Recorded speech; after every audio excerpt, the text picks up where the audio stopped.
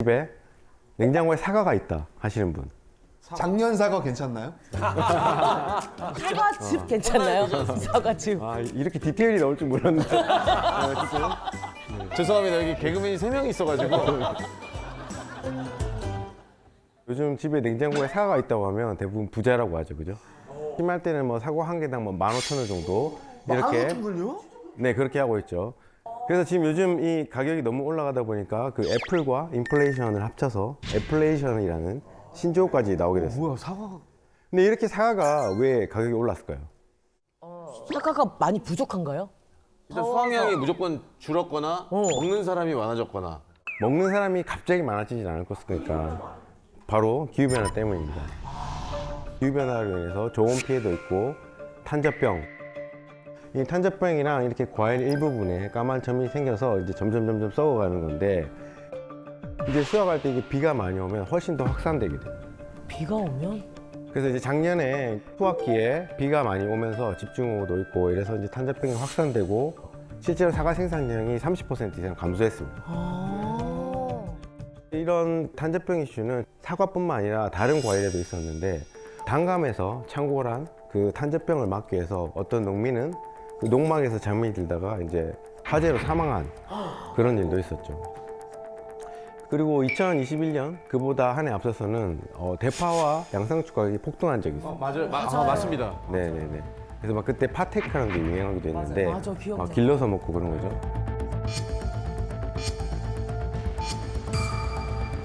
그래서 이런 지금 농산물의 가격 급등이라든지 뭐 수요 공급의 불안정 이런 것들은 결국에 우리가 지금 체감할 수 있는 기후변화의 시그널이죠. 위기의 징조고 가격만 오르면 사실은 다행인 거죠.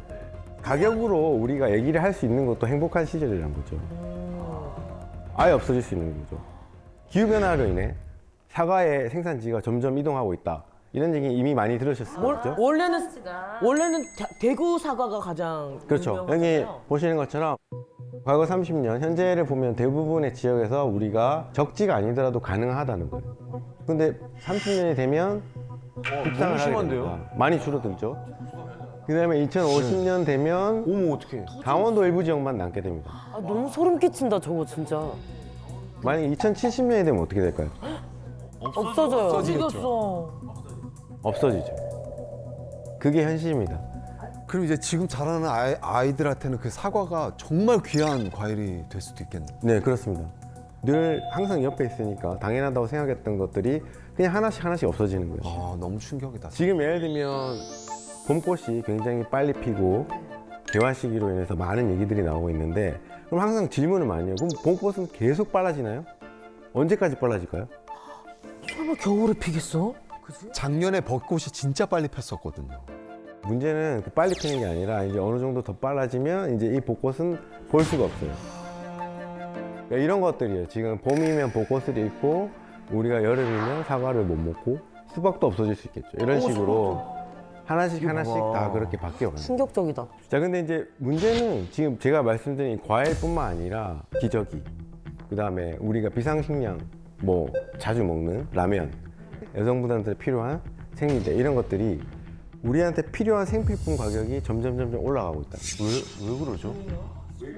라면은 뭘로 만들죠? 밀이죠, 그죠? 그 우리가 러시아랑 우크라이나가 전쟁이 터졌을 때 가장 우려했던 게 그거예요. 밀. 우크라이나는 세계에서 가장 중요한 밀 공급원 중에 하나입니다. 근데 다행히 뭐였냐면 세계에서 두 번째로 많은 밀을 공급하는 인도가 우리가 좀 많이 수출을 하겠다라고 했었어요. 근데 2022년 인도에서 섭씨 50도 기온을 찍고 날아가던 새가 떨어져 죽었어요. 와, 50도를 찍었어요? 네.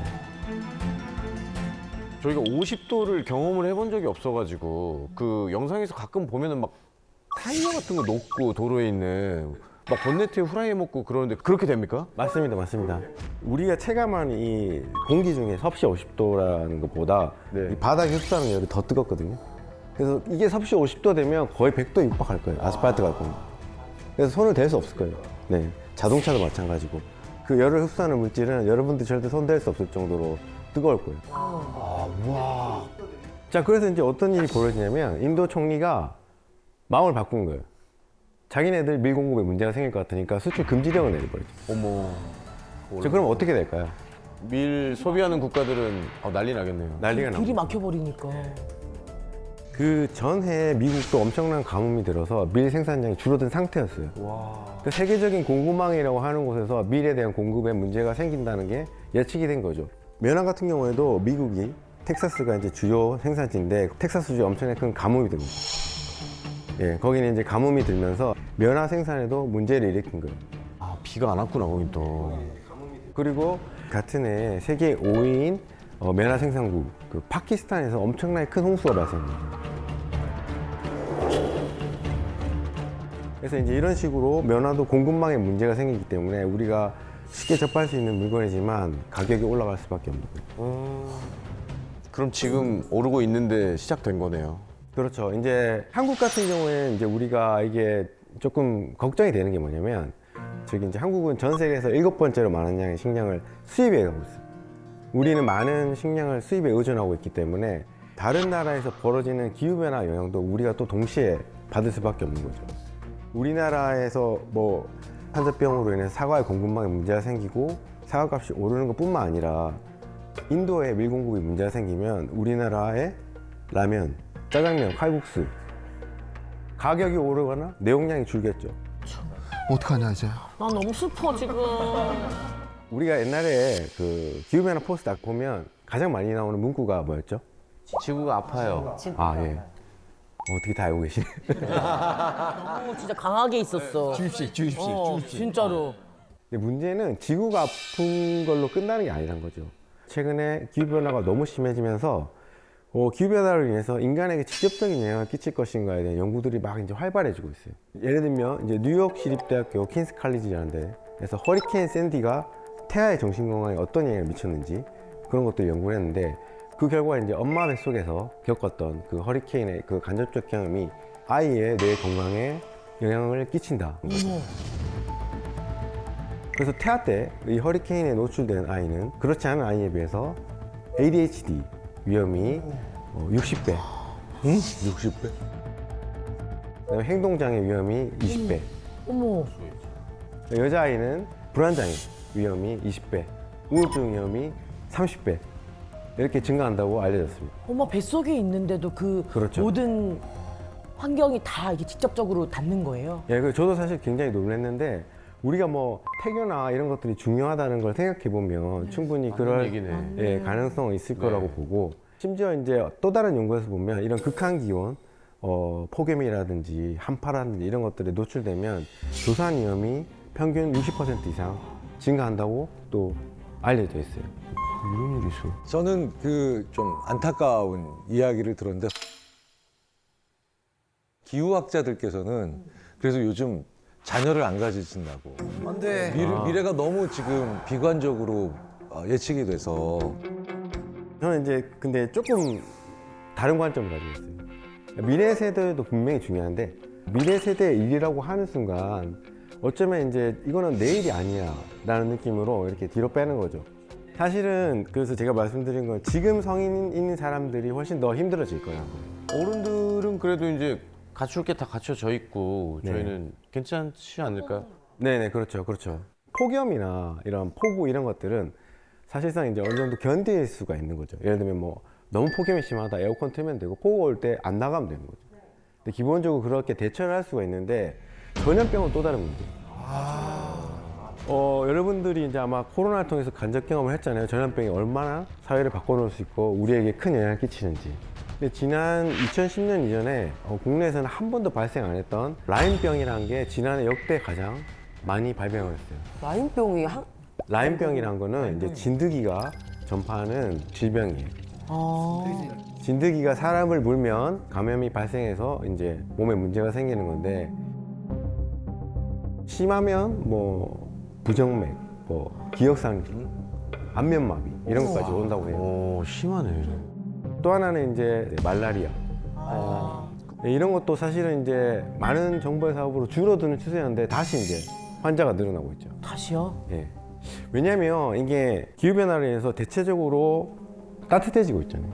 온난화가 되면서 이제 겨울이 줄고 진드기와 모기 이런 것들 매개체 이 질병을 전할 수 있는 매개체가 서식할 수 있는 그런 기간이 늘어난 거예요. 그러니까 확률적으로 더 이런 것들이 문제를 많이 일으킬 수 있는 상황으로 바뀌어가고 있는 거죠. 사람이 싸워야 될 적이 계속 늘어나네요. 뭐 그렇다고 볼 수도 있죠. 기후변화로 인한 식량 얘기를 우리가 좀 많이 했는데 이제 조금 얘기를 바꿔서 기후변화가 여러분들의 이제 여가 생활에도 영향을 끼칠 수 있습니다. 자연이 인간에게 허락한 스포츠 중에 가장 빨리 사라질 게 뭘까요? 달리기. 사라지는 서핑 아니야? 서핑? 그거 양궁 상어 올려놨는데 상어가 없어. 창조적이다. 정말 창조적이다. 비싸서 어떻게 보면 그런 것들은 좀 힘들지만 하거나 대체할 수 있을 것 같아요. 근데 완전히 사라질지도 모르는 운동은 바로 스키죠. 스키. 네. 겨울이 없어서. 생각도 못했어. 네. 그러면 이런 얘기를 하시는 분도 있어요. 우리가 그럼 인공눈을 뿌려서 하면 되지 않나요? 근데 인공눈을 뿌리는 것도 조건이 있어요. 어느 정도 추운 날씨와 습도가 유지가 돼야 되는데 그걸 만족 못 하는 거예요. 그럼 인공눈을 뿌릴 수조차 없습니다. 여기 보시는 사진은 이제 한 스키장의 사진인데요. 스키장이에요? 네, 그렇습니다. 그냥 논바다 아닌가요? 이거 뭐야? 저희 뭐 스키가 아니고 모내기를 해야 될 것 같은 느낌인데.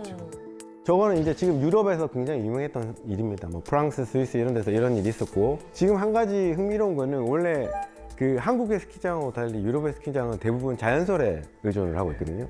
근데 최근에 그 유럽의 스키장에서 한국의 그 인공눈 제설하는 기술을 배우겠다고 합니다. 아 진짜요? 왜 그럴 수밖에 없는 상황이죠. 기후 변화가 된다는 증거네요. 그러니까 이제 유럽도 과거처럼 자연설에 의존하는 게 아니라 인공눈을 뿌릴 수밖에 없게 된 거죠. 근데 점점 그렇게 변해갈 건데 근데 여기서 우리가 단순히 눈을 이게 그냥 뭐 우리의 레저로만 생각하는 게 아니라 눈은 기후변화, 이 지구 시스템에서 굉장히 중요한 역할을 하고 있어요. 이제 우리가 눈이 내려서 이렇게 땅에 쌓여 있는 거를 스노우팩이라고 합니다. 얼굴에 이렇게 마스크팩 하는 것처럼 팩. 근데 날이 추우면 눈이 내려서 이제 녹지 않고 이렇게 켜켜 계속 쌓여 있는 그 상태를 얘기하는데 이 온난화가 되면서 스노우팩 두께가 점점 얇아지고 있어요. 왜냐면 따뜻하니까 내린 눈이 금방 녹아버려요. 그래서 이제 가장 쉽게 보이는 게 이제 스키장의 케이스인데, 근데 이게 사라지면 그냥 눈이 사라지는 걸로 끝나는 게 아니라 지금 있는 이 온난화보다 훨씬 더 온난화가 가속화돼요. 그렇지. 열을 내려줄 수 있는 게 없으니까. 네, 비슷한 내용인데요. 보통 우리가 이 하얀색 물질, 이 물질은 태양빛을 많이 반사합니다. 이 땅을 데울 수 있는 에너지를 다 반사하는 거죠. 근데 눈이 녹게 되면 어떻게 될까요? 그대로 받아버리겠죠. 그 에너지가 그대로 다시 예. 땅으로 들어오겠죠. 그럼 땅을 데우는 거예요. 그러면 그 옆에 있던 눈이 녹겠죠. 또 녹겠죠. 아, 그래서 이렇게 연쇄적으로. 계속 가고 있습니다. 지구 마찬가지. 북극에 따뜻해지는 이유가 똑같은 거예요. 북극의 빙하가 녹고 눈이 녹으니까 햇볕이 더 많이 들어오죠. 더 따뜻해지죠. 그러면요, 저희 모든 사람들이 다 흰 옷을 입고 다니면 아니 근데 저도 그 생각 해봤어요. 북극에도 그 약간 구멍난 부분을 흰색 페인트로 이렇게 좀 메꾸면 두 분께서 말씀하신 거는 실제로 공학적 해결 방법 중에 하나예요. 공학적 해결 방법 중에 하나예요. 진짜요? 네, 네. 맞는 얘기 하는 겁니다. 네, 맞는 얘기 그래서 지금 하다니까. 훌륭하셔. 기후공학 기술이라는 게 있어요. 클라이밋 엔지니어링이라는데 공학 기술로서 기후변화 문제를 해결해 보겠다. 예를 들면 아주 간단한 건 우리가 화이트 루프, 하얀 지붕에 하얀 지붕. 그리스 산토리니 그러니까요, 그게 떠올랐거든요. 온통 하얗잖아요. 그러니까. 미국에서도 그런 시도를 했는데 문제가 생긴 게 뭐냐면 미국에서는 워낙 큰 도시에서 그렇게 하얗게 실험을 해보니까 비행기를 타고 가는 파일럿이 눈이 부신 거예요. 그럴 수도 있네 또. 그래서 지금 미국의 한 연구소에서는 하얗진 않지만 얘는 하얀색과 같은 반사를 할 수 있는 물질을 개발하고 그래서 처음 시작은 이런 거예요. 도로를 하얗게 하면 되는 거 아니에요? 네, 여기서 출발하는 거죠. 그 다음에 또 하나 중요한 것이 이제 땅을 이게 덮고 있는 눈이 사라져서 그러면 점점 땅이 쉽게 마르게 됩니다. 왜냐면 이 눈은 이 수자원의 주요 공급원 중에 하나거든요. 눈이 어느 정도 덮여 있고 이런 것들이 서서히 녹아서 지하수도 되고 하천수도 되고 강으로도 흘러가고 그래서 이런 것들이 부족하면 어떤 일이 벌어지느냐 산불이 더 세져요. 건조해지고 이게 수분이 없으니까. 강원도의 영동, 삼척 이 지역에 굉장히 큰 불이 났습니다. 그죠?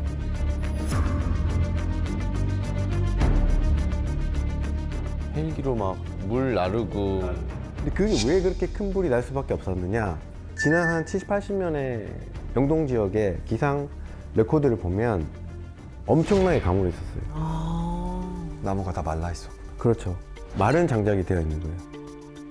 그래서 스노우팩이 사라지게 되면 이런 것들을 조절할 수가 없게 돼요. 또 하나 중요한 점은 얘네들은 보온 역할도 합니다. 겨울에 쌓여 있으면. 눈은 땅 속에 담요라고 생각하시면 돼요. 겨울이 워낙 춥고 땅이 여는데 이불처럼 덮여있기 때문에 그 안에 에너지가 안 빠져나가고 오히려 땅 속이 위에보다 더 따뜻해요. 그러면 그 안에서 그 겨울을 날 수 있는 뭐 곤충, 동물들이 버틸 수가 있는 거죠. 자, 그러면 그게 사라진다. 추운데 담요 걷어내면 어떻게 되죠? 꽝꽝 얼겠죠. 예. 그래서 바로 생물 다양성까지 문제가 생기는 그런 일이 벌어지게 되는 거죠. 단순히 기후변화로 눈이 사라진다는 거는 좋아하는 스키가 사라진다는 차원이 아니라 더 큰 문제들이 하나씩 추가적으로 발생할 수 있다. 그러니까 이제 우리가 이런 것들을 앞으로 이제 조금 신경 써서 봐야 되겠죠. 2024년 올 7월에 열리게 될 그 파리 올림픽 선수촌의 실제 방입니다.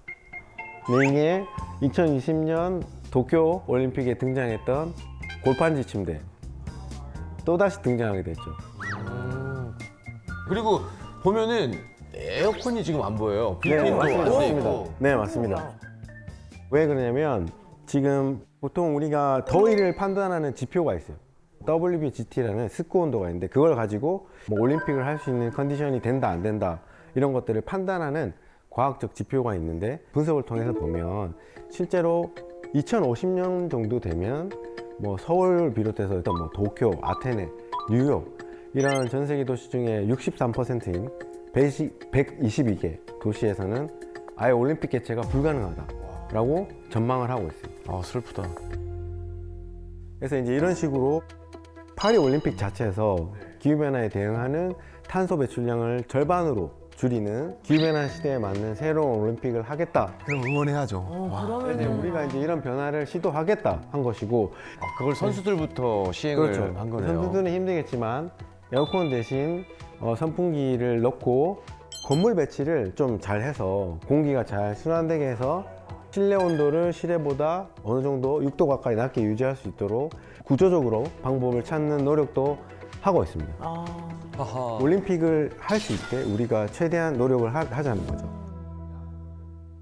이미 세계 각국이 이제 각종 기후변화로 인해서 굉장히 심한 피해를 입고 있고, 사실 이제 이런 일들이 굉장히 비일비재해지고 있음에도 불구하고 이런 것들을 믿지 않는 사람들이 있어요. 믿지 않는 사람이 있다고요? 믿지 않는다고요? 안 보이니까 그런 거 아니에요? 그 대표적인 인물이 바로 도널드 트럼프 전 미국 대통령이죠. 그 사람은 그런 얘기를 했어요. 우리에게 지금 필요한 게 지구온난화다. 뭐라고요? 필요하다고요? 2019년에 그 트럼프 대통령이 당선이 됐을 때 엄청난 한파가 몰려왔습니다. 영하 50도의 한파가 미국을 강타했죠. 네. 그래서 그 춥다고? 예, 그렇죠. 춥다고요? 그래서 지구 온난화. 그래서 지구 온난화는 이거 거짓말이야, 허구야. 지금 너무 추워서 우리한테 필요한 거는 지구 온난화야라고 얘기를 했던 거죠.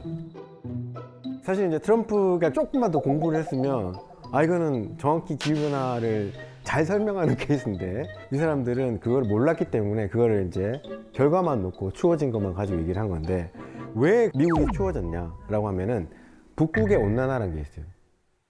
북극의 온도가 올라가게 되면 북극하고 이 밑에 중위도에 살고 있는 사람들이 살고 있는 지역에 공기를 이렇게 가로지는 막이 있어요.